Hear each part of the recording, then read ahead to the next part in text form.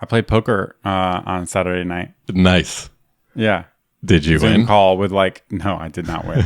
Zoom call with 20 people in it. It was pretty fun, actually. Nice. Had some Woodford, had some wasabi peas. I was just chilling. It was good times. There you go. The when you're on Zoom, it's everyone that's in the tournament, regardless of if they're at different tables or not. Yeah, exactly. Yeah. Okay. So there were some people in there who I knew who were at my table, and then my brother was playing at a different table, and other people were playing at different tables. So Were people serious on Zoom, or were they screaming at each other? No, they well, it was casual at the beginning, but in the tournament, the blinds go real fast. Yeah. And so people would scream if they lost a big hand, or what happened? I just got 2 pair in the river and stuff like that, which is pretty fun. Oh man. Oh, it's that great. Sounds so fun. It was super fun. You should come next week. I'm going to definitely do it again. But man, I got destroyed because I was playing it like a cash game. I haven't played a tournament in forever, and I didn't remember how different it is. It's completely different. Yeah. So I was just tournament poker sucks, by the way.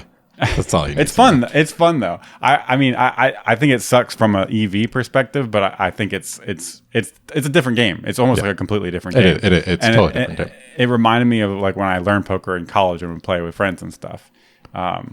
We played with Brandon Spikes at UF. It was pretty cool.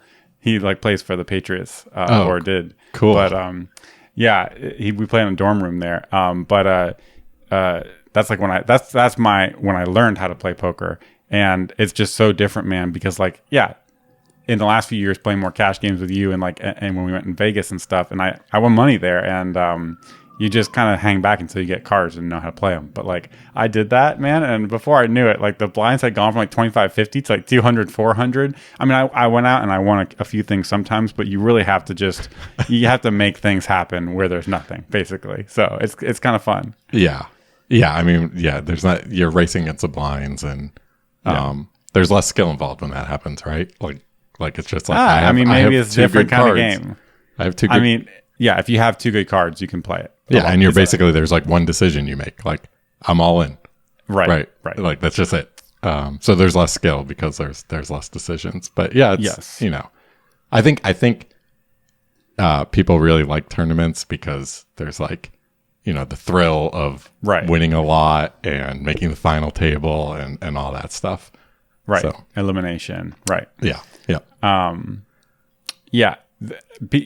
We were also playing with people who call everything. So that's always hard. Because if you don't have good cards and you're running out of money, you have to start bluffing. But if people call everything, then not much you can do. So hey, it's better when they fold everything. Just remember that. So let's what do we got to talk about? You have something at top of mind? Yeah, so I have 2 things. I'm blanking on both of them. One was you put I out haven't pulled up right here on podcast topics. Yeah, you put out a tweet sometime this week that was about you'll enjoy React a lot more if you don't use ref and useEffect. Oh yeah. And then you had a follow up there where it's if you're using useEffect is a lot better when you don't actually call useEffect. You're using a library that calls useEffect. And man, I read that and I was home. Oh, I'm working on a few apps now, and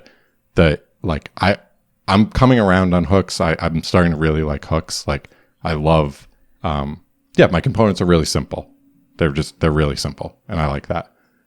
The useEffect stuff is it's too easy to mess with, and it's too easy to just start using an effect, and you just mess up your whole component because you're not considering something. And yeah, when I read that tweet, it made me think probably we shouldn't be calling useEffect. We should be using other people's libraries. And you're seeing other people's code too, right? That has useEffect. Yeah. So this was one of the things where one of the apps I'm working on, there is a giant complicated useEffect that has, 5 or 6 dependencies and a bunch of if statements. And if you look at this thing, you can't tell what it's doing, right? You can see that there's fetch calls and API calls, but you don't know what the intention here is. And when you start to unwind it, it turns out this effect was really just an on mount effect. And yeah, I think it should be like use on mount, right? It should just be way more deliberate about it. And I think like when I'm writing React code, a lot of times I'm not really thinking about that. I'm just thinking like, okay, I'm going to use an effect. And then if like these conditions are met, I'm going to run these calls. And then when it comes time to fill out the effect dependencies, I just let ESLint do it. I right click on the thing and say autofill dependencies.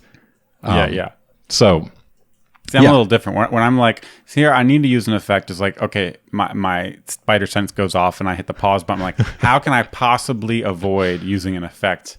How far can I go without using it? Because it's the source of like every bug I've ever written in React. But there are times, like there's a lot of times where you need it. Like you can't. Oh, of course. So I really like the idea of like, if I'm in app code and I need to write an effect, I'm going to find like, what do I actually want to do here? Exactly. And then I'm going to name it, and I'm going to hide all the effect stuff behind the name. The thing is, it's so easy to mess up and to kind of cross wires. Whereas like the first time you add the effect, it was to do X, and then you need to add Y and Z. So you go back and you add it. Yep. But you forget the mental model that this thing is rerunning over and over again. And again, you're really thinking about it like this is mount logic, but now it's running on re-renders and it's going to get me into trouble. So that's why I was working on like the inspector and like refactored something. And yeah, every time I did it like twice or 3 times over the last like week or two.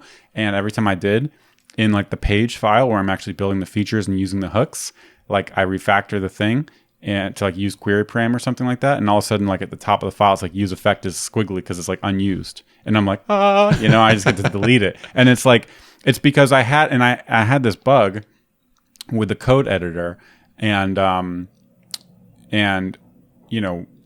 once you are just working on the hook itself, you're thinking clearly about it. You've loaded all this stuff up into your brain, and then you get to use it kind of safely. And it was the same thing from my side project where I got to use Urkel when I was doing the GraphQL stuff, and all the useEffect stuff that bit us when we were first like toying around with React.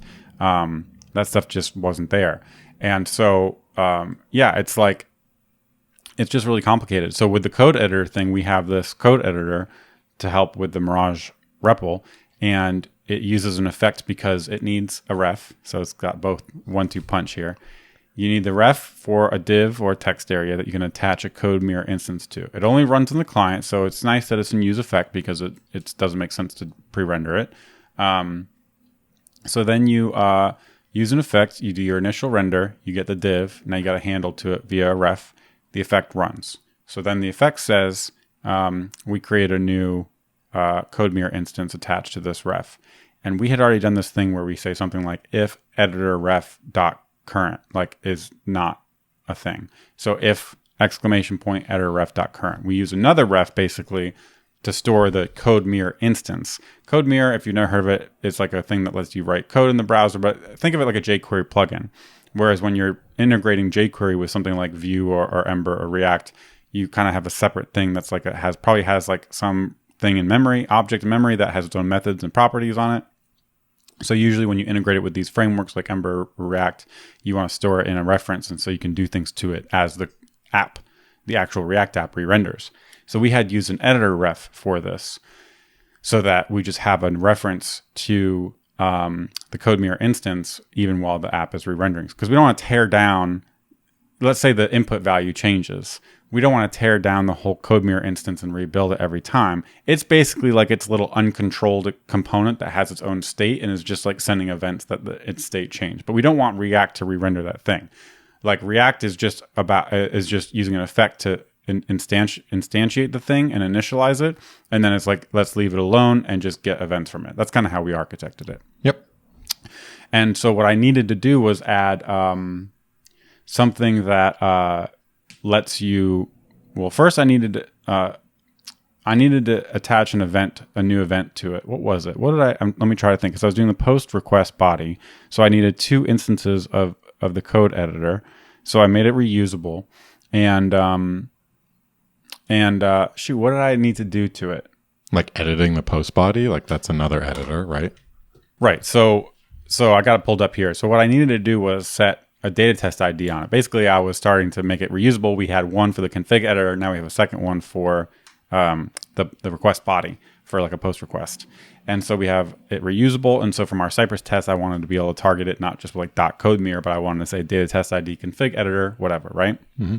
So the editor has, the instance itself has a,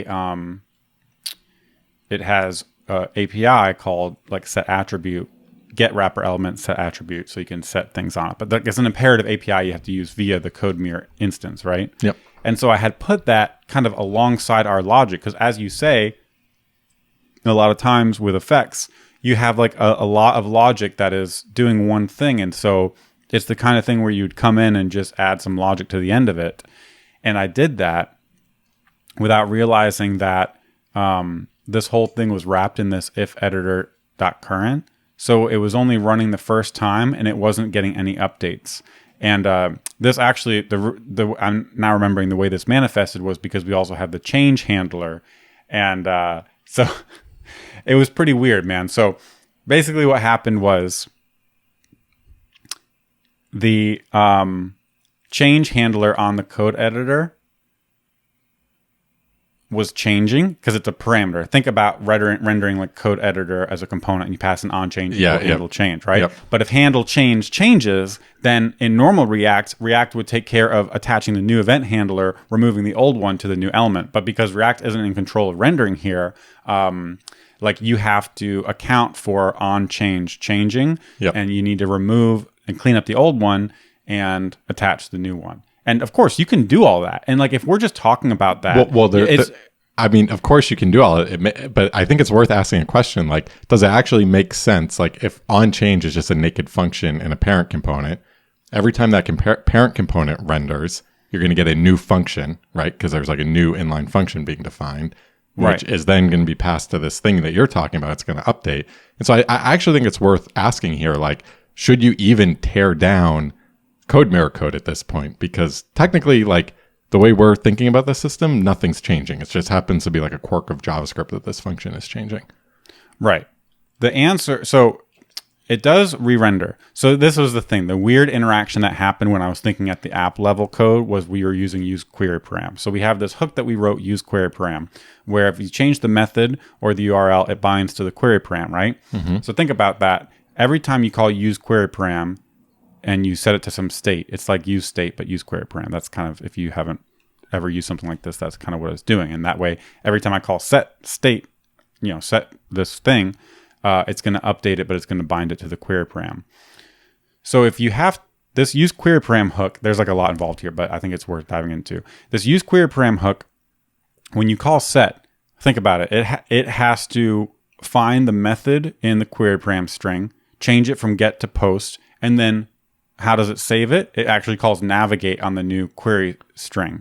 So it needs the reference to the other query params, right? So it will find the entire query string in the URL, find its particular key, let's say method, update it, and then reserialize those query params and then navigate to it. That's how use query param works, right? Mm-hmm, mm-hmm. So what would happen is once I had a use query param for the URL and now a use query param for the request body, which was pretty cool, by the way. Like it all kind of worked, like it composed together, and I just saved like the request body to the URL. I would update the URL, let's say to users, and then I would go to the config editor and start typing, and the URL would disappear. And that's because the onChange handler passed into the request body had a stale reference to the change handler that was passed in when it was first created. Yep. At which point the URL was an empty string. So every time that change handler ran for the config editor, it was remembering this old value for URL, which was a blank string. And so that's because I attached the event handler in that creation effect, which only ran once to save us the extra energy of like tearing down and reinstantiating the code mirror instance each time. So all of that code was in an effect that ran and only was inside of a if is not, if !editor ref.current, right? So the answer was to move the things that can change outside of that, because basically you want what you said, is mount. Really, you want is mount here. That would have been more clear. Use isMount to create the code mirror, and then use this effect to handle every time value, on change, or data test ID changes. And then call the corresponding imperative methods. Now, what would that effect be? Not the mount one, but the one after that. What would that be reacting to? This is, well, that, for example, I'll be reacting to on change. So would it create like a new on change function? No, it would just call it, the code mirror API is on and off. So you can do code mirror dot on change handler, and then dot off change handler. Okay. So that's what I do now. I just do on change handle change, like the change handler, and then I return a function, a cleanup function that removes the old one. And so now every time the code editor component re-renders, I ensure that it has the latest fresh version of the handler attached to the underlying code mirror instance. Does that make sense? Yes. Yeah, it does. So I mean, you kind of said this already, but the answer was to do two effects and treat. No, see, that's the thing. So when we were first doing this, the reason we moved this logic that was in our effect, basically the on mount logic, into this if editor ref.current thing is because we only wanted it to happen once. And then we had some other code that we were doing that we like if the value changed and we wanted to set the initial value, right? Remember, we did this on the live stream, and we wanted to pull it into a separate effect because conceptually there's two different things going on, but it felt super weird because we didn't know which order those were written, and those were order dependent. So if you have one effect that's like new code mirror with my editor ref, and then another effect that's like, okay, like, I don't know, if I have an editor and if I have a value, then call editor ref.current.set value to my value. Like, what if there's a render pass that happens, and then the second one runs first, and then the first one runs second, and so by the time the one that updates the value gets run, you don't have a code mirror editor yet. Also, like, we were doing async await to async to import the library in the effect lazily because it was causing problems in SSR. And so we really wanted to await import code mirror, then create the code mirror instance, and then start kicking off this like update code logic that makes sure the code mirror instance is in sync with the props. Yep. You know what I'm saying? Yeah, I do. Yep. So I kept it in one effect, and I just, wrapped the initialization stuff in a if editor ref.current so that it only runs when that's empty. And then the rest of the logic happens afterwards, basically. That way it's one sequential thing conceptually that's happening, but you only instantiate the code mirror instance once. If you already have it, you don't need to redo it, right? Yeah. And it's one async function. So by the time you get to the update logic where you're calling on handler and setting extra options that you can pass through, you have an editor instance already in the ref. Yeah, it makes sense. I don't know how else you would do it. Right. No, because you can't attach the handler until the setup is complete, and the setup has to happen. Yeah, I totally follow. I'm kind of I don't know what to say because it sounds like you can't really clean this thing up, and other than like adding comments that like, oh, this block of if is really like an is mounted or right. is an initial mount block of code. Right. Yeah, the whole idea behind hiding this behind named hooks that call effects sounds unrealistic here.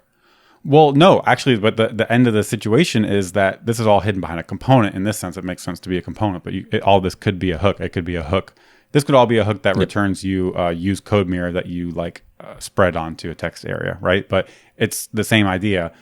Once I extracted this and fixed the bug in code editor, and I replaced config editor and the request body editor with it, everything just worked, and it composed beautifully with use query param. So that was like a cool. Looks like I actually have an error here, missing dependency, extra keys. Oh yeah, I forgot to add that.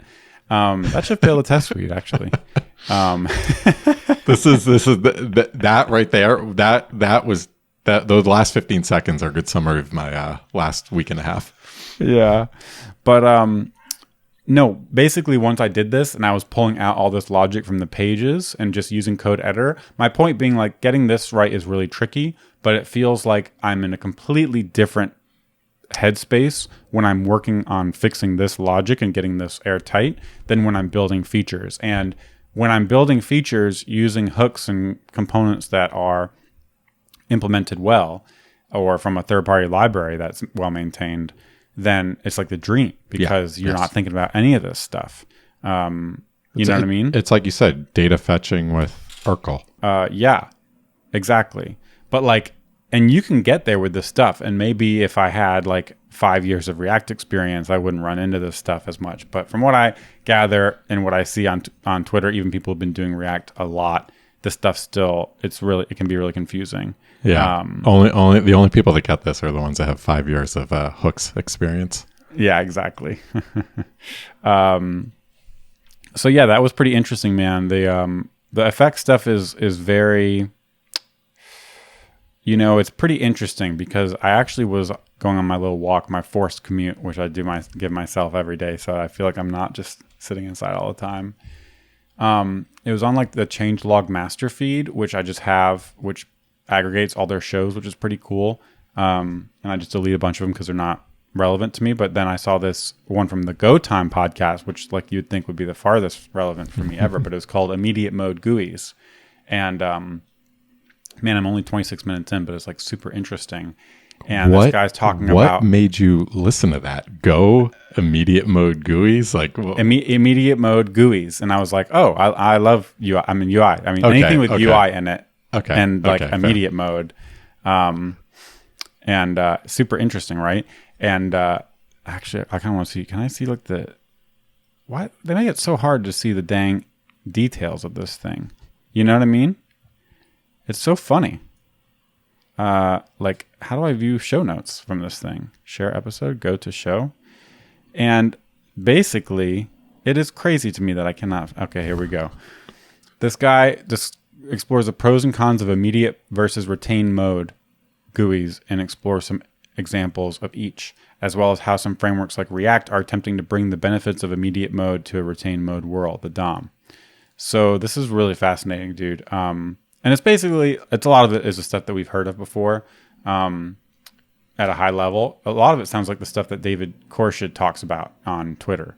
What is immediate mode and retained mode? Retained mode. From 26 minutes listening at 1.5x speed this morning, my takeaway is that it basically goes back to the whole like game rendering engine thing versus like stateful UI thing. So it has similarities to like imperative and declarative, but basically, if you do like get me the div and then, animate it from 100 to 200, I know it's 100 right now. And then I have to set its height to height plus 100 kind of thing. Yep. It's based on the state that's already there. So that would be considered like immediate? That's retained because the state is retained. So the way he explains it is that you have the state of your application in two places, basically. If you think about a normal even a React app, this is why it's confusing because there's a blend. But in a normal app, JavaScript app, you have a representation of the data, let's say the users you fetch from the server in JavaScript memory, and then you have them in the LIs on the screen, in the list items, right? Immediate mode is more like a video game where you do not have any representation in memory. You are just painting the world on every tick of a loop. So there's like a for loop running forever, and you just paint the state of the world. And you don't like have any notion of like, it's basically like what React tried to do. React kind of brought a lot of the ideas to the world, our world, which is what Pete Hunt talked about, where this is like not a new idea. It's like basically UI is a function of state in a sense, but the thing that was interesting was like the event handlers. So even in React, which tries to be as immediate mode as possible, you like attach a click handler to something. So like you say on click, do this thing. So this was where I was getting really excited about this episode, because this guy was talking about how when you have a model set up like this for UI development where you say, when I click do this thing, you've now left this world because you have to know what the state of things are when the user clicks. So when the user clicks the button and then you as the programmer are writing some logic to execute, right? You have to know what the state of the world is in order to execute the things. Like you're going to have knowledge about the state of the world leaking into that handler. Yeah. Whereas the immediate mode way of doing it is you are literally rendering every tick of a loop. And the way you do event handling is you say, okay, it's time to render again. Has the button been clicked since the last tick? Has there been a new button click? But you're always starting from the top and you always have a consistent state of the world that you go to every single time that you're just flushing to render every single time. So it's not any of this like, oh, when it's like here and then I go down this path. It's always like back to the top and down. And then you're just asking questions about what events have happened or what input you've received based on from the previous tick. Is part of this problem here like time? Like given that when we set up an event handler in React, we're setting it up in one render and it might not be clicked until 50 renders from now. And well, that's that how you was get, like, my stale state and yeah. so on. I mean, that was kind of why I was getting excited about this, because what the guy said, he was like, I've never done React before, because the interviewer was asking him like, isn't this sound, a lot of the things you're talking about sound like React. They're trying to get it to where you know, instead of are doing something like, grab that P, set the inner tag this, or like, let's say you're doing layout, you know, you have to know certain things about the state of the DOM to update it. Instead of doing all that, you're just rendering from the top level and you've abstracted all that stuff away basically. And you can just go from the top each time. Basically the state of the world doesn't matter. So the interviewer was like, this sounds a lot like React. Like the idea is you just describe your DOM tree and the reconciler takes care of everything. Like you as a React programmer do not care about the current state of the DOM. And that's true when it comes to rendering. You just describe what the state is, what the UI is based on the state. And so from that perspective, it's immediate mode. But the event handling stuff, he basically went to say, he's like, yeah, you know, from what I know about React, it does this with the rendering. But he's like, I don't know why they have like state, because like in React, you have like state that you keep in memory. And he's like, with immediate mode programming, you usually don't need that. And I was like, what? And I was like, you know, I was like, I want to know more about this. But the event handling stuff I thought was really interesting because, dude, that's like where all of these bugs come from. So if you think about the effects and the way we write event handlers, that's where all the complexity is. So the whole conversation we just had about, you know, when I load this page, you know, click on load the code editor and the handler. When it changes, I have to know, do I already have a code editor instance? Does it already have an event handler attached to it? If so, remove it first and attach the second one.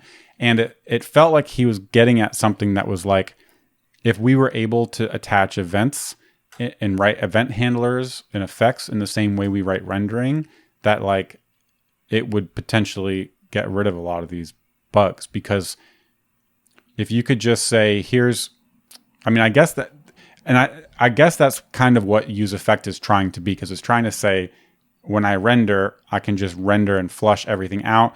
And based on the state of the world, here's the code that needs to run. So in theory, like the way hooks work, it's supposed to just run every time. And you have logic that handles situations where things have changed. But it still feels like, to me, when we write like handle click functions and stuff, that we're thinking like, okay, when the user clicks this thing, do this thing. But that feels like almost like it's not really aligned with this paradigm to me, because you're thinking like, oh, when they're on page 2 and they click next, go to page 3. But really you want to be thinking about like, I'm rendering, did they click next? If they did, my render output is different. If they did and I was on page 2, now I need to go to page 3. So that's where it made me think about a lot of the state machine stuff and David talking about event-driven UIs. He says like, he says like all UIs are event-driven. I think this is what he was getting at. Instead of like, on click, set page to page plus one. It's like you have some logic at the render function layer that's like,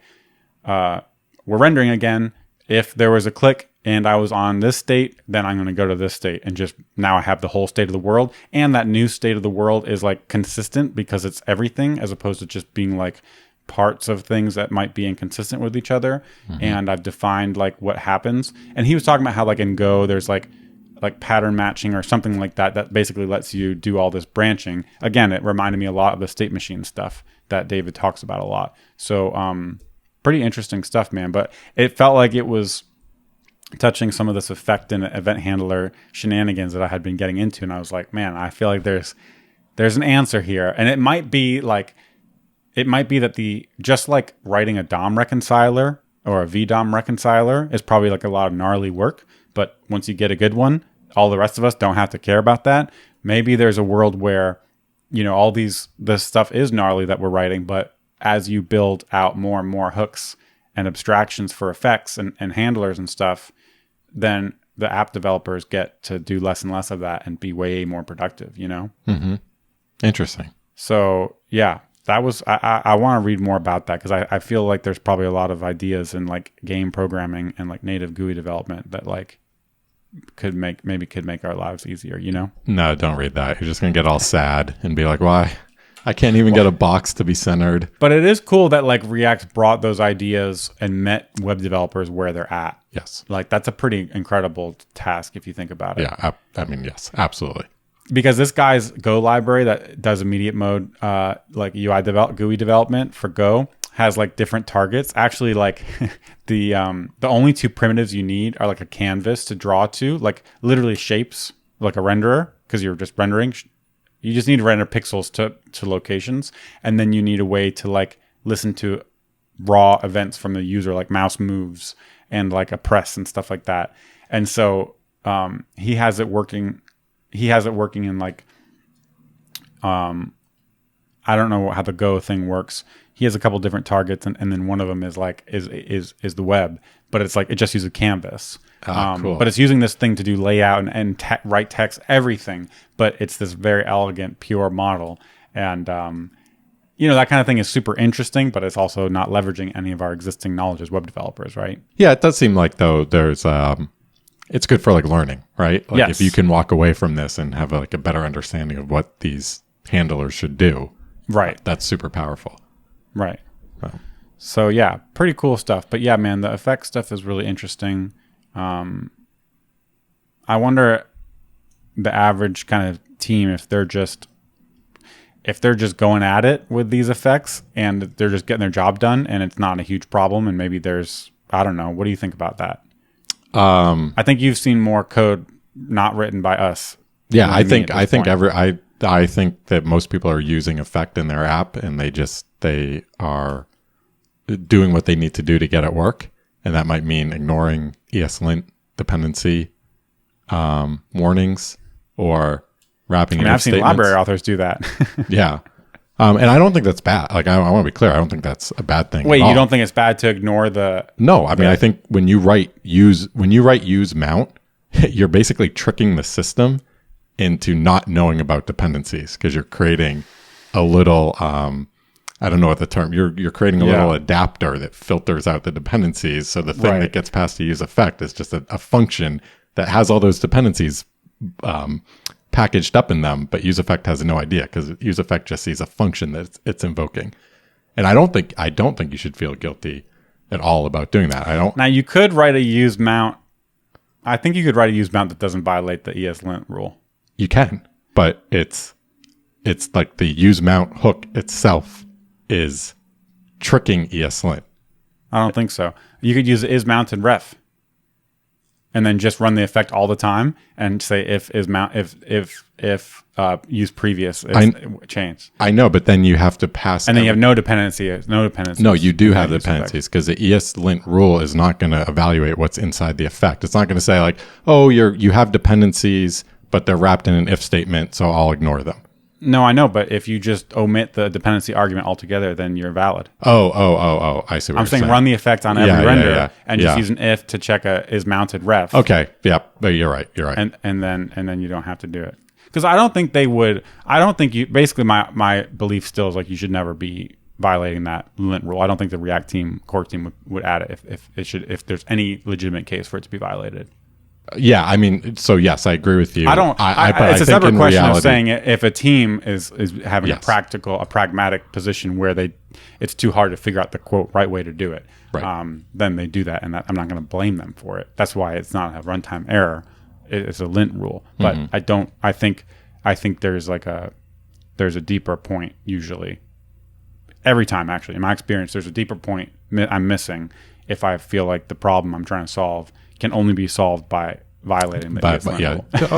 I mean, I guess that's fair. When I'm working in code bases, I don't like when I see that, I just say, I don't try to unravel it. I just move on to the. Yeah, because you're doing work. Yeah. I mean, I try to unravel it and then I stay up till 3:00 in the morning and then I ruin my week. I'm doing work is sometimes can get used as like a cheap cop out. Yeah. And and just in this case, I think like, okay, I'm going to trust that this effect is doing what it should be doing. It's probably not because it's an effect, but yeah. I usually But it's a lot to ask though. Like the effect stuff is a lot to ask. Now, this is not unique to React. People have been abusing frameworks forever and people have abused tons of Rails code bases and have made bad excuses for not learning how to use Rails the way it was meant to be used, right? So that's not like you said, it's easy to say, oh, I just have work to do, and then you're using that as a bad excuse for not learning how to use a tool. But I think it's a big ask, potentially a bigger ask, to understand deeply how useEffect works in order to use it correctly. The set interval thing post from Dan Abramov is a good example. Like that's not something most average developers are going to be able to grasp when they first start using Effect and run into those kinds of problems in their app. I mean, yeah. We could set up like a fake React job posting and just ask people to write use interval as like the only test. Yeah. And we could give them the job if they get it right. Yeah. But we won't have to because no one will get it right. Yeah, exactly. Truly, man. Truly. I mean, that's so that's a good way. That's a nice one to keep in the back pocket, which is like going back to what I said at the beginning of this conversation, which is that I feel like I'm two different people when I'm working on a low-level hook to get all the edge cases right and to make sure it's correct versus when I'm building features in app land and you feel like you're not working with high enough level tools. That's like the way to say that is like how much of the framework or how much of the problems that you reasonably expect to encounter as an app developer are you going to be able to use the tools that the framework gives you to solve in the way that the tools were meant to be used.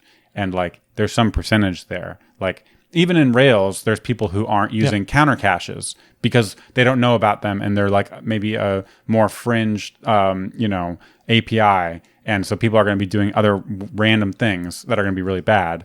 And you could be like, oh, just use a counter cache. So maybe there's some percent of Rails APIs that are in that category.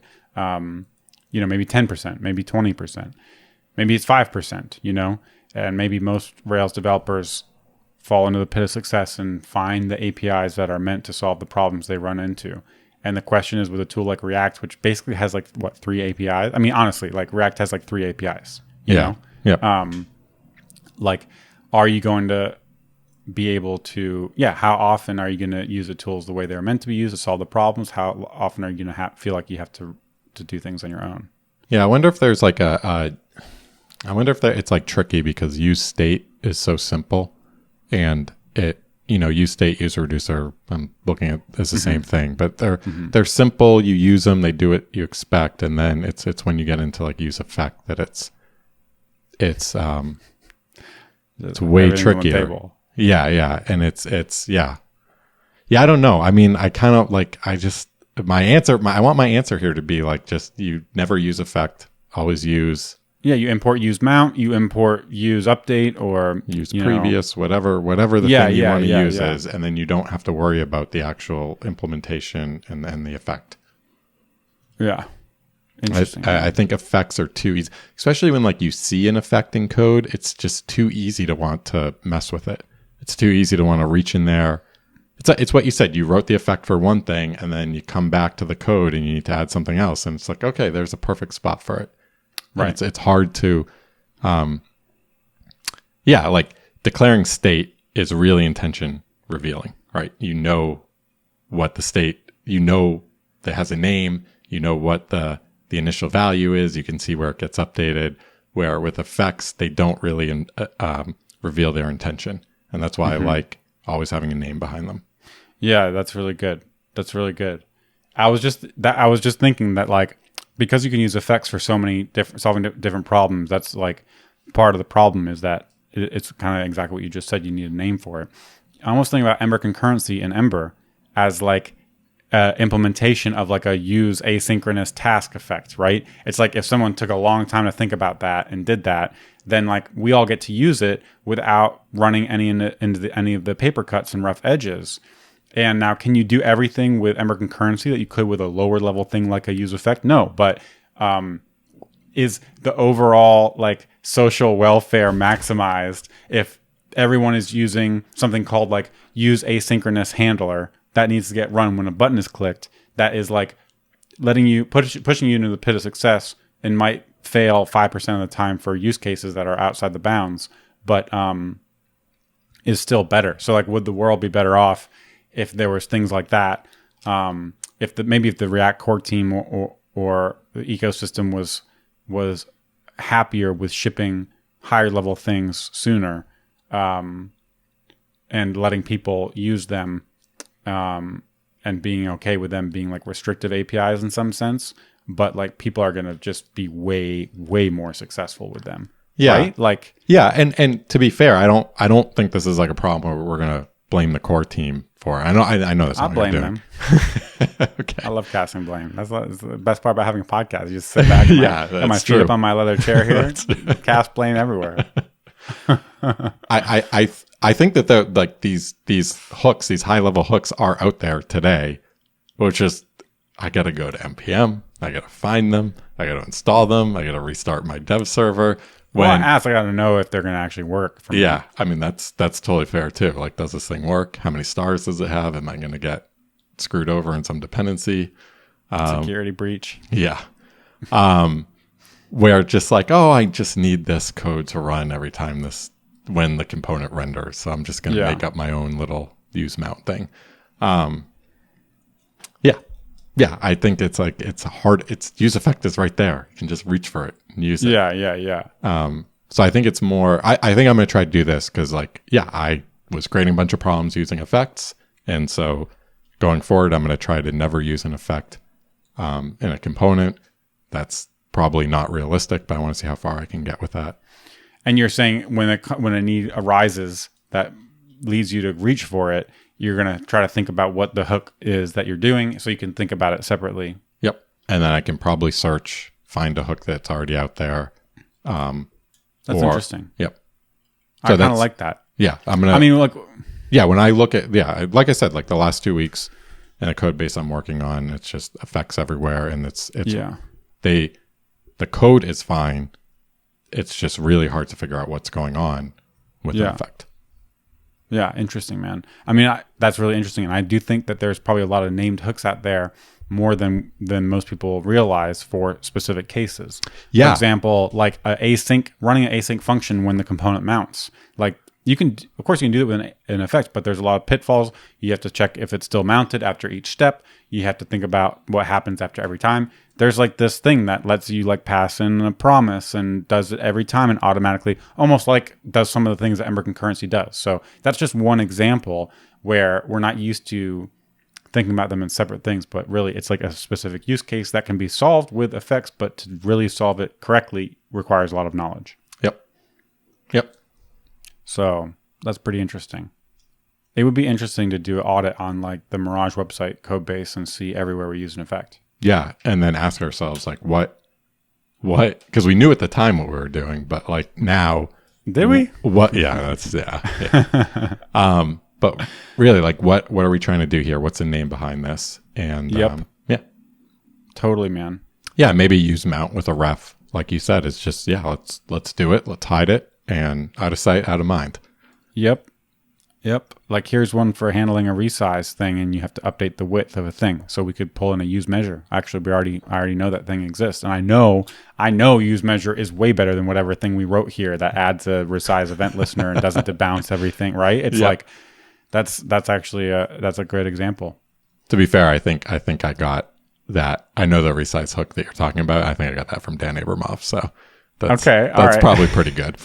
We can trust that. We can trust that one.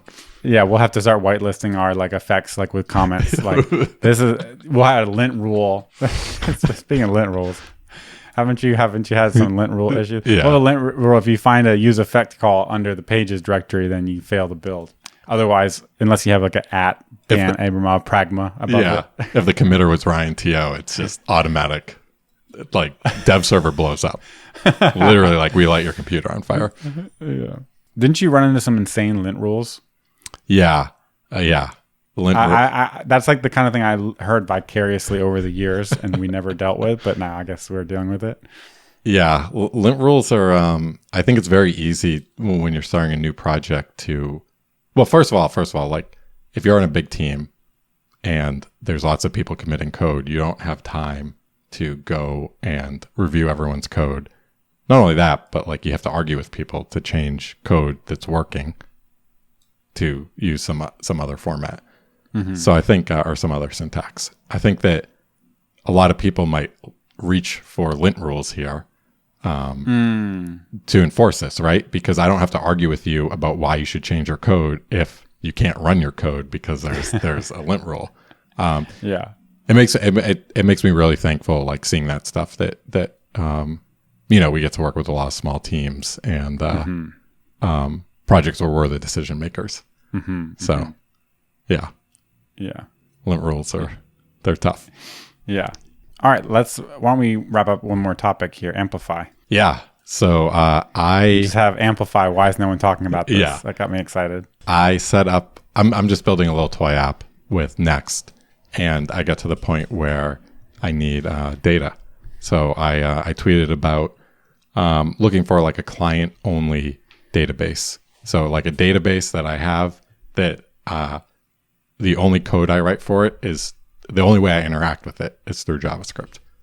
And a few people suggested things. One of them was Amplify.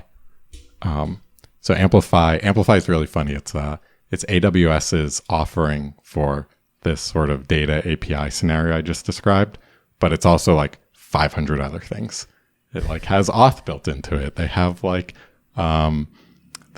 machine learning built into it. They just have the deployment built into it. They use this term where they say it's like a full stack framework. And I actually really like that. I really like that. It is like, it's a full stack framework. It's going to handle everything for me. Like including your rendering? You write, it works with like a UI library. So it works with like all the major UI libraries.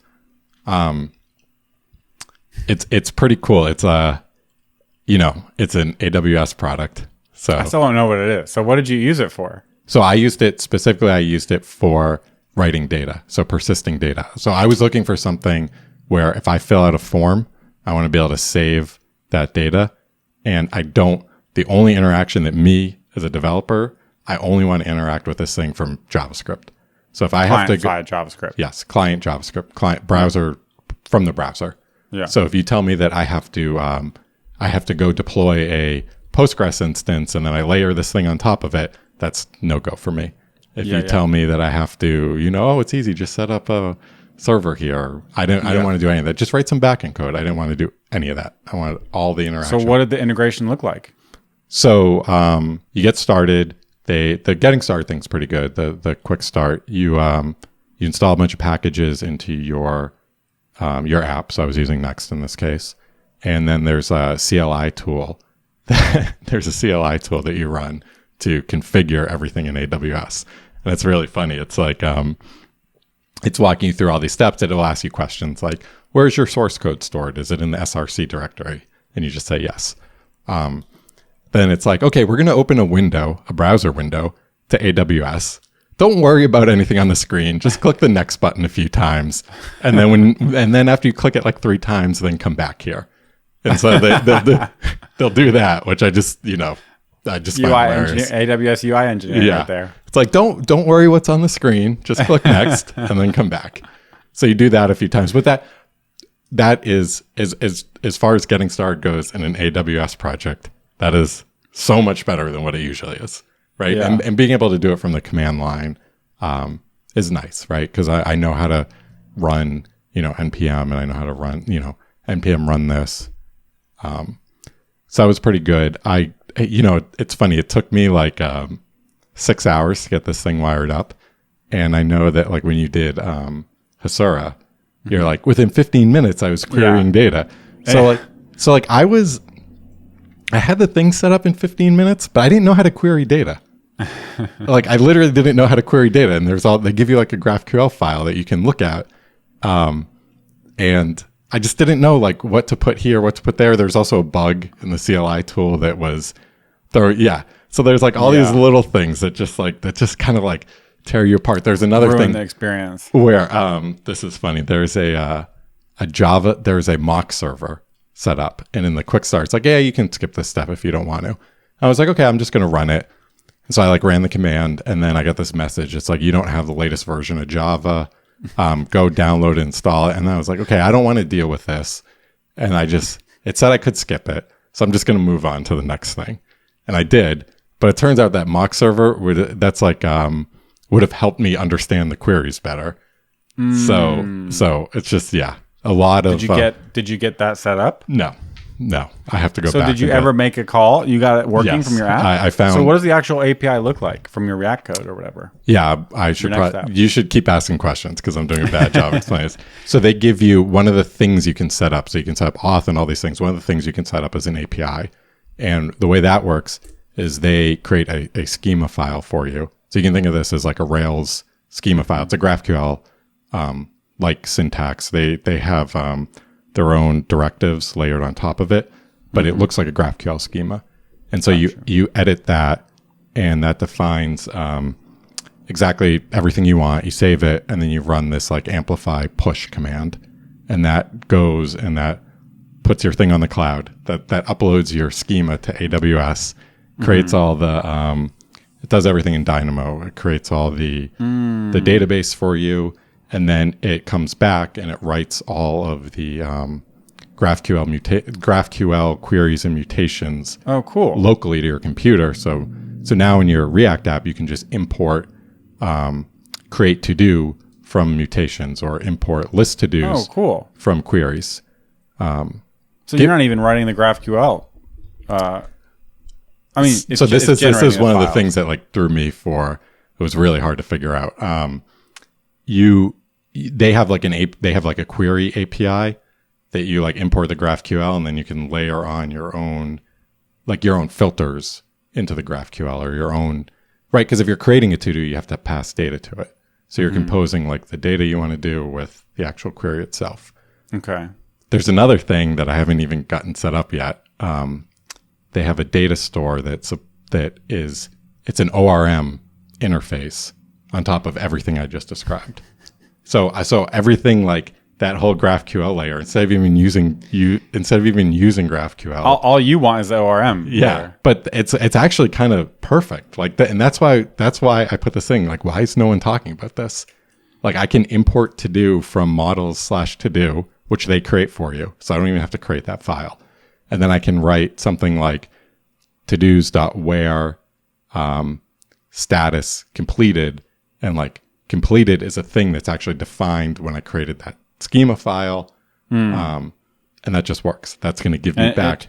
And it makes a GraphQL request, but you don't care at that point. It's going to like hydrate. Is it going to hydrate models or something, or just give you JSON back? I think it hydrates models. There's like an actual model object for you that you can use. Yeah, so it's pretty.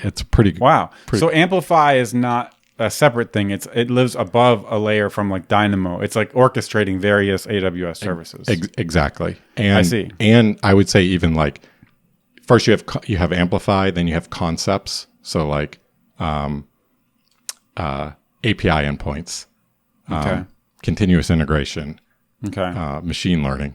Does it really have machine learning? Yeah, it does. And then underneath it, you have then you have the AWS service orchestration to get those things. So like, what is like API endpoint? So that's going to be Dynamo with whatever their API gateway, whatever server, whatever services they use to do that. I only know that it's Dynamo because I had a few Dynamo questions, so I ended up in there. But I think I could get to a point where it's like, I don't care that this thing is stored in Dynamo. I never even want to hear the word Dynamo, and everything would just work fine. So, pretty cool. Yeah. Does it cost money? Yeah, I have no idea how much. I don't have a lot of data. Yes, it does cost money. It's the AWS, pay what you use, and I have so little data in there that it's got to be, a couple cents a month. I wonder if this is what begin.com is built off of, or if they just go straight to Dynamo, because I think I've heard Brian talk about Amplify. I think that, it would surprise me. I mean, Amplify. Learn how to compose AWS Lambda, API Gateway, DynamoDB into REST, GraphQL, and WebSocket APIs. So it looks like they're doing what Amplify does, but with just the 7 services or whatever that you need. Mm-hmm. This looks like a pretty cool course. I actually heard they recently updated their course, but I've heard Brian on a few podcasts, and the way he talks about this stuff is like, take my last 4 years of AWS learnings and I give it to you. So pretty interesting. Learn.begin.com, become a backend serverless expert. Course highlights: understand the benefits and drawbacks of serverless architectures with Node and Deno. Build a single page app and upgrade it into a serverless side rendered app with JSX and Preact. Learn how to compose AWS Lambda, API Gateway, DynamoDB into REST, GraphQL, and WebSocket APIs. Pretty interesting. Yeah. I mean, the thing is, though, like that's even. I'll let you fiddle around with this for a year and then tell me where it's at next year. But that's even too far. That's even too deep for low me. level, yeah. Yeah, exactly. I want the thing that's like, okay, here's your GraphQL endpoint. Totally. I don't care what it Hasura, what it bro. Hasura. Yeah, but even Hasura, like I think Hasura has amazing DX. But even Hasura, the fact that I need to set up a server to run it on, and I need to have a Postgres. You need a Postgres date. Yeah, you push a button and then the server goes down and you're like, hey, where'd my server go? So it's unmanaged, right, is what you're saying? Yeah, this is all like, I mean... Well, Heroku is managed. You still have the concept. I mean, I guess in this, like, there was a question when I was setting it up. It said, where do you want to run this code? And I just said US East. So there was like... It's like you're still responsible at some degree for the thing. But I don't have to know, like... Seriously, I don't have to know about that. There is a container on Heroku that's running Postgres. Whereas with Hasura, you do. I mean, that's if it goes down, it's not Hasura's fault. They're not running it. It's not service that they're providing. They're providing the code when you're running the service. Yeah, got you. Yeah, so it's it's pretty cool. I would love to. Maybe we should just build the thing that we want. Well, that's build this whole framework. Yeah. I want an actual version of like Hasura and Amplify that we want. It's just like hosted Hasura with like a little bit of a nicer interface, I think. Yeah. I think that Amplify, I want to go through the pain of building a toy Amplify app and spending 6 hours staring at a screen, figuring out how the hell do I query data. If I was writing Rails, this would take me, 6 seconds. And, And I want to go through that pain in a toy app. So when it comes time to build a real app, I just know exactly what I need to reach for. Yeah. Yep. And I think we can get pretty far with this stuff. I think, Amplify. Yeah.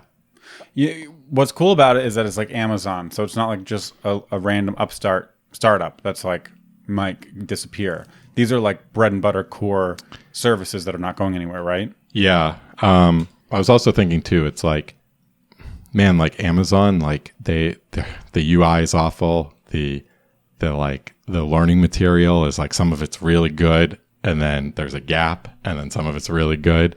But I guess at the end of the day, like, I don't think this stuff matters. I think this stuff matters, but it doesn't matter as much because I trust Amazon so much. I believe that the people making these decisions have thought deeply about the problems that these tools are solving. And so you're saying it doesn't matter from the perspective of like, this stuff isn't going anywhere. And even if it's inconvenient to learn it today, like it's going to be worth it because they're not going anywhere and the tech is going to be the right tech for the right job or whatever. Yeah.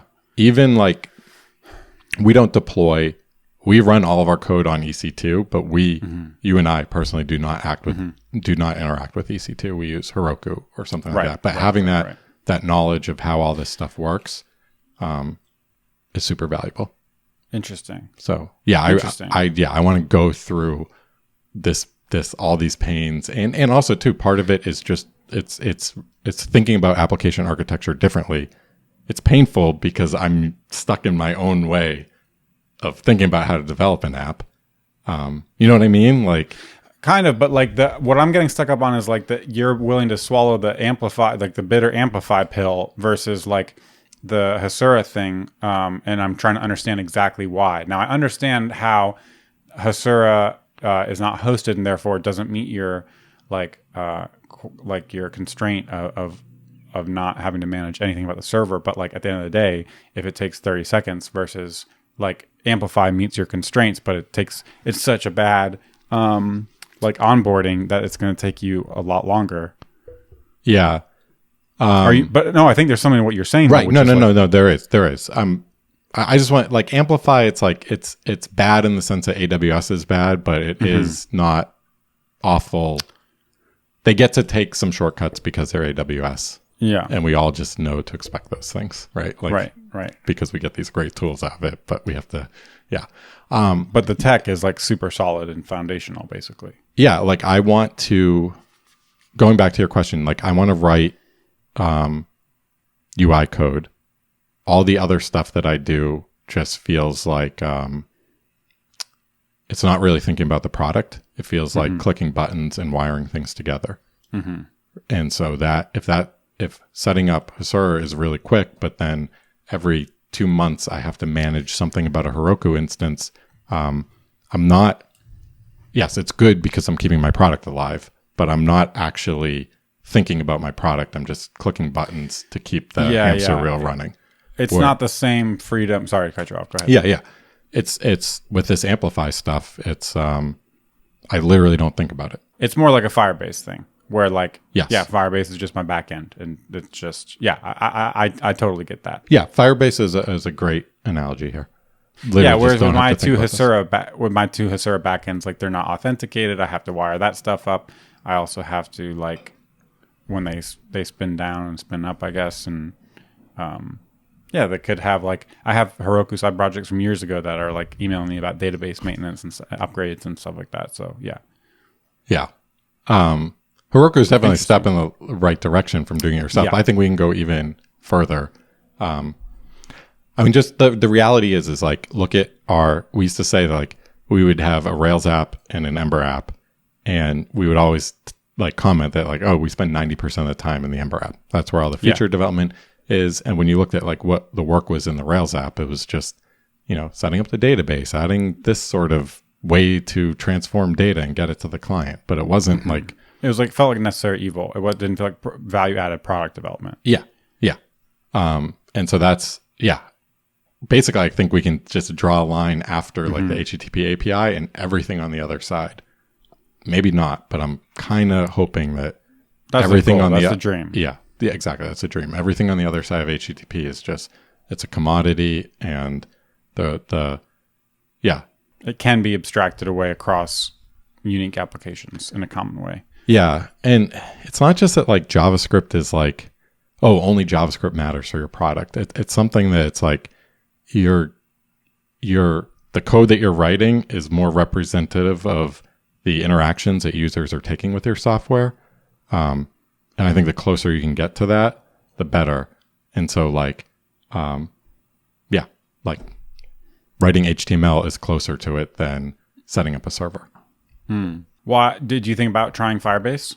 I've used Firebase before. I mean, again, for this modern take on things, I guess. No, I used Firebase before. I had there was some good and bad, but all the things that Amplify offered it spoke more to you. It was marketed better for what you were looking for. Yeah, exactly.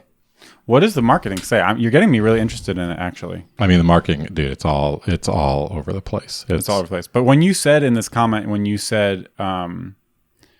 why is no one talking about this? It's because like there's a lot of people in our space who are looking for something like this. When I saw the ORM thing, I mean, this is a thing that everyone has been. It's called Amplify Data Store.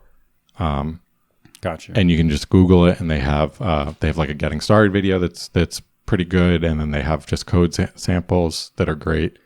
And yeah, my reaction was like, why? Like, we can talk about how, you know, REST APIs aren't good and all that, but this just totally you don't even, all that. It all becomes an implementation detail. I did watch this video. Nader Dabbit, I don't know how to say his name, but Nader has this. I asked about this on Twitter, and he has this like 5-minute video. So that's where I remember hearing about this. He has a whole bunch of videos that are really good for getting an overview of what the various offerings are doing.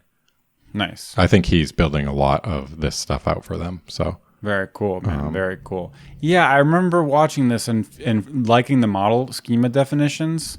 Yeah, message with a title string and everything, and then run amplify model gen. Okay, so that's the generator you're talking about. Amplify init. Yeah. So this AWS stuff, cloud formation, and I was like, oh god, this is where I was like, I didn't have enough time or mental space. I know this stuff is all. You don't have to. You just run amplify push, and it syncs all this stuff.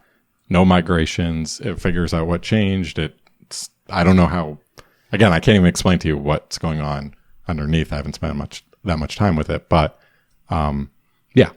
This it's way simpler than a lot. They could streamline their onboarding like massively, basically, is what you're saying. You don't have to understand everything. I think a lot of times, I often think about this. I think a lot of times with AWS, it's like they are not trying to make like the no code product, and they're not trying to.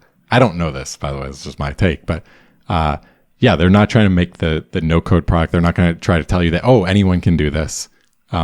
I think they're trying to expose a bunch of services that allow your machines to talk to each other and basically get a whole bunch of ops and programming stuff out of your hands and into theirs.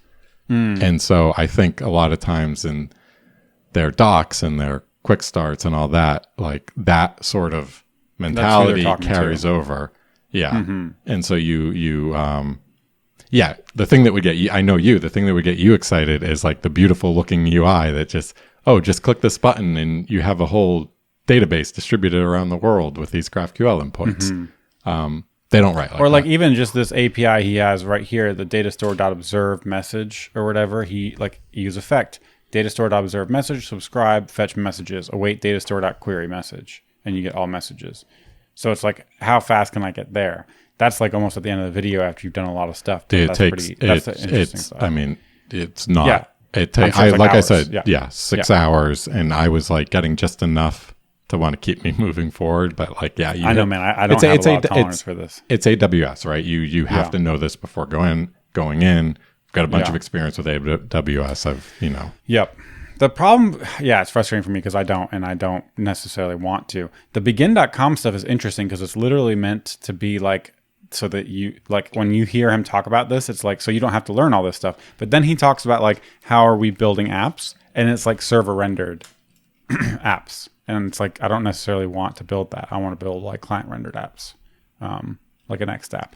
But I think he's like, most apps shouldn't have JavaScript. And I'm like, okay, well, this now it's like, why do you need to have your UI opinions put on me, like forced on me, just so I can use your like AWS architecture, like orchestration, like service? You know what I mean?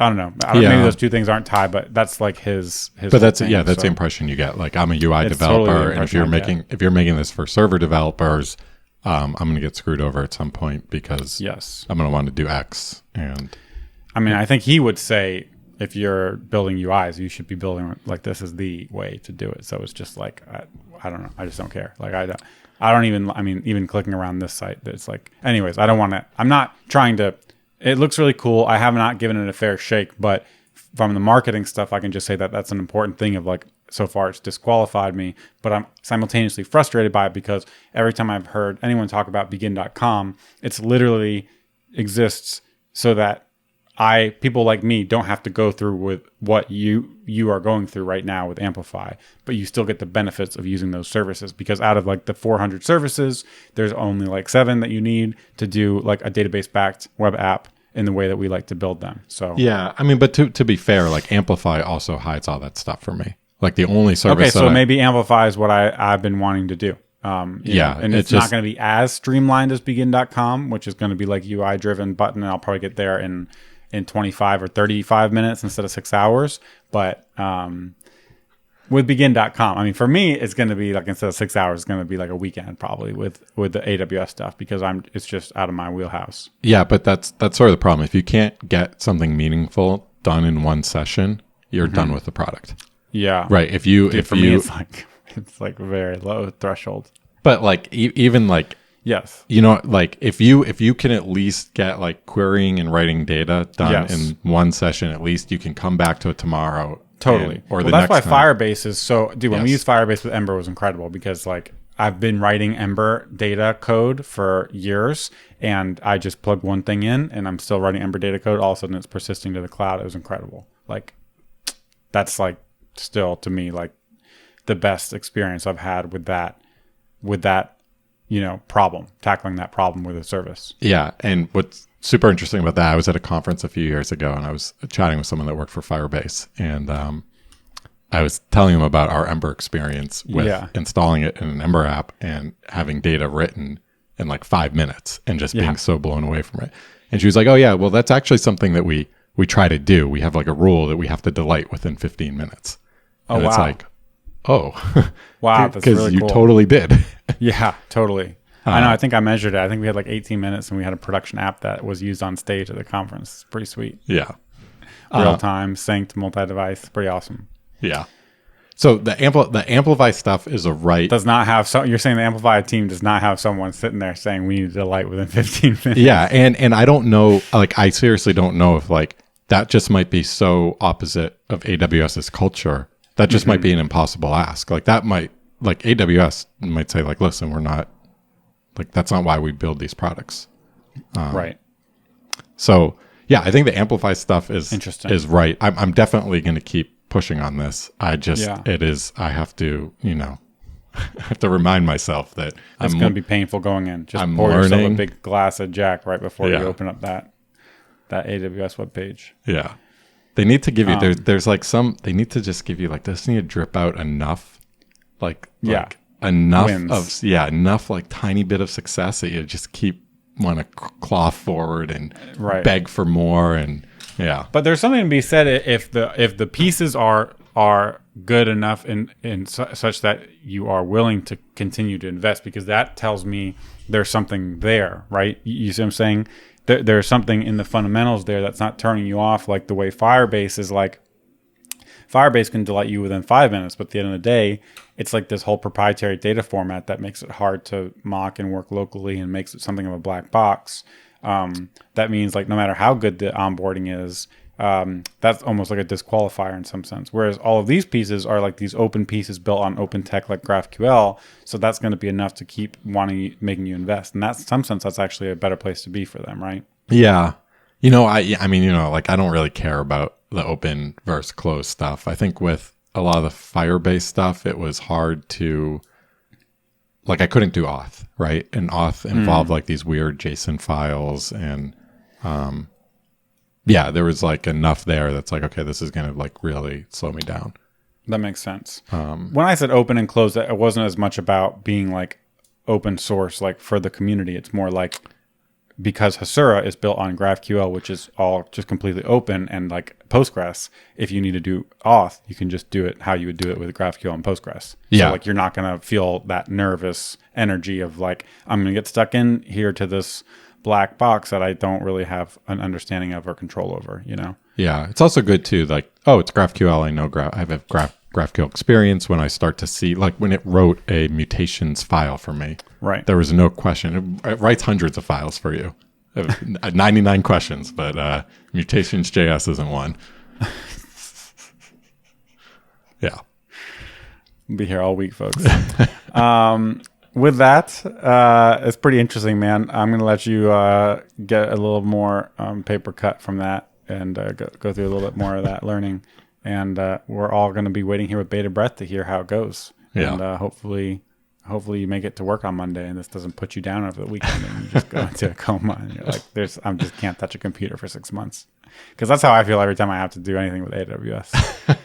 I haven't had to do it in a while. I usually find people that I pay them to do it for me. Yeah. I mean, yeah, it's amazing, and you never want to touch it, right? Are you still working on your poker app? Yeah, that's what this thing is. With Next? Yeah, Next. I guess Amplify now. I guess I got sucked into that. Found your stack. Yeah. I still hate my stack, man. So that's the ongoing journey.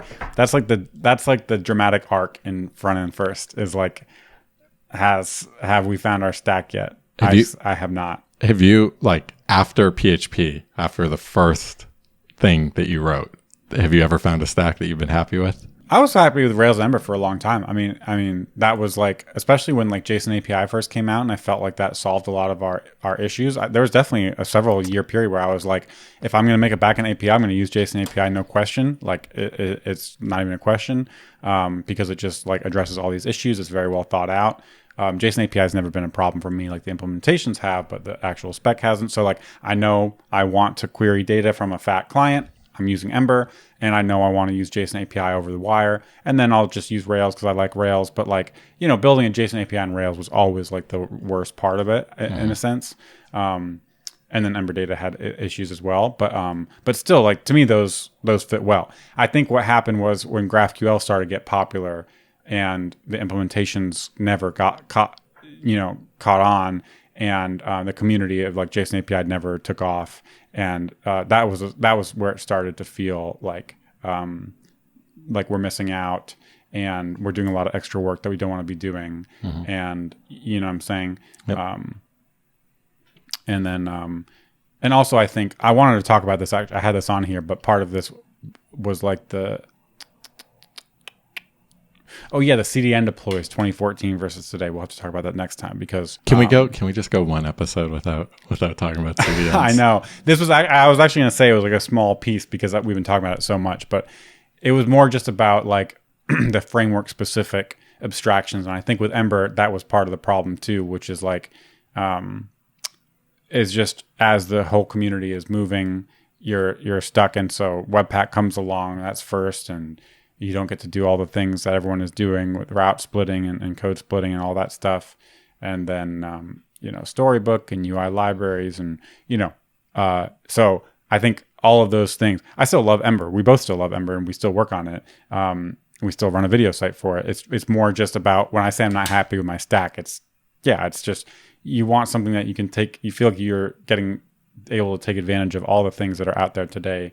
You're not picking something that is going to be gone in a month because it's brand new, but you're building on like shared tech across a whole community. So like, yeah, the reason I have this note about the CDN deploys is because back in 2014, Luke Melia gave this talk about Lightning deploys, which was like a kernel of this idea that is now like Netlify and Zeit. And it just got me thinking about like, it just is like crazy how much fragmentation there is, and how much like simultaneous effort is going on the same ideas, but because they're in different communities, like it's a lot of it I think is duplicated and wasted. And so it just got me thinking about like framework specific solutions for things. And like we were that was ahead of its time in a lot of ways. The Lightning deploy stuff. Yeah. How can I change CSS in my Ember app without redeploying my Rails app? At the time, that was like a really big idea, So, and it comes back to like static assets and deploying those to the edge separate from your server, just like what we're talking about today with Zeit and Netlify. So anyways, yeah, discussion for another time. Go ahead. I was going to say, I think it's good that stuff happens independent in communities, because you can see it becomes like a bottom up thing. It's just, is your community able to, get pulled into that bottom up solution? But what about like the Ember Data stuff? It's like there's so many good ideas there, but like they're not, like those ideas and developments are not building off of like the use SWR and use Urkel and like the GraphQL developments. Like, yeah, but I think I don't know what that would look like, but I mean, my guess is that the ideas will carry over to those other tools, or those ideas will get built up in those other communities. Or like state machine library not being tied to React, or like Mirage not being tied to Ember for years. Or, you know what I'm saying? Yeah. I don't know. I think it's good that things happen locally. And then I think there's like a path to get it. I think Mirage is a really good example of. Yeah, but it took way too long, and it was like, wasn't necessary. It wasn't like, if like it was just coming from a place of being like tied to a single framework and community that wasn't really needed in a sense. Now, I mean, it was always written to be separate from Ember in case we ever did want to extract it, and we did, and so it was a good decision. But yeah, I don't know. We've talked about this before. Storybook and add-on docs, and I just see this happening in a lot of communities, it feels like, and so it's just like, yeah, I don't know. I guess it'll be interesting to see. I know Evan from Vue is working on some new like build time thing that's like Vite from web. Yeah, Vite. One of my questions for today was supposed to be, can you explain what Vite is to me? Because I don't understand it. What the heck is with all the naming in the Vue community? I don't get it. But hey, it all begins with the V. So yeah, and it sounds like libraries from React, Vuex and Vuxt, or what is it called? Nuxt. Anyways, yeah, I don't know. It's just interesting, man. It's just interesting. I just want. It's like, there's ideas from technology we've used in the past that I miss deeply, and it's frustrating that I don't have them. Then there's like really old ideas that are getting lost and rediscovered. So that makes me think maybe we're, as a community, over localizing and doing a bad job of carrying the ideas forward in an agnostic way that can apply to all technology. I know it's harder. I get the argument that like local first is easier. It's just like extracting something first. You solve the specific thing, you solve the general. Mm-hmm. But I think it might be too easy to just solve we might have made it too easy that stay solving the specific. I don't know. Because I wouldn't like recommend, I don't know what I'm saying. Like you feel like Mirage was like the ORM thing that you're talking about in Amplify, dude. If you gave modern UI developers in React or Vue something that looked like an Ember data that had, or an active record that worked the way we know it can, mm-hmm. If it was just built right, you know, then like it's just so much easier, it's so much better, you know. Yeah, maybe not. I don't know. I mean, I agree. I think it's hard to find a client-side ORM that works. I think it's hard. Like it's hard to find that. What about Amplifies? Yeah, I mean, I don't have enough experience with it. I'm hoping it is. I'm hoping it's the one. The last client-side ORM, because it's not tied to React, right? Nope. That's another thing. They go really far in making sure you know that none of this is tied to a specific thing. Which I find silly, because it's like, I just want to get data on the screen. Don't care, I do not care about any of this. Yeah. Interesting. No, it's not tied to React. They have bindings that I haven't explored yet, but like components you can import to get your auth form. But I think they're components, and it'd be interesting to see like what like a hook story is there. Because the auth form, I want to be able to use Tailwind forms. I don't want to use anyone else's components on my app. Yep. Interesting. All right, well, this has been a long one, so if you're still sticking around, appreciate you listening. Hit us up on Twitter if you want us to talk about anything different than what we're talking about. If you have any questions for us, if you have any ideas for guests on the show, we have some guests that we have coming up soon, and we're excited about that. But if you have anyone you think would be good to talk about, useEffect. It's apparently all we talk, or CDNs. This is the useEffect and CDNs show. If you have any questions or any guests, let us know on Twitter, FrontEndFirstFM. That's our Twitter handle. Probably the best way to get in touch with us for now. And hope you all enjoyed some of that rambling, meandering discussion on modern UI development. We will see you next week. Bye, everyone. Bye.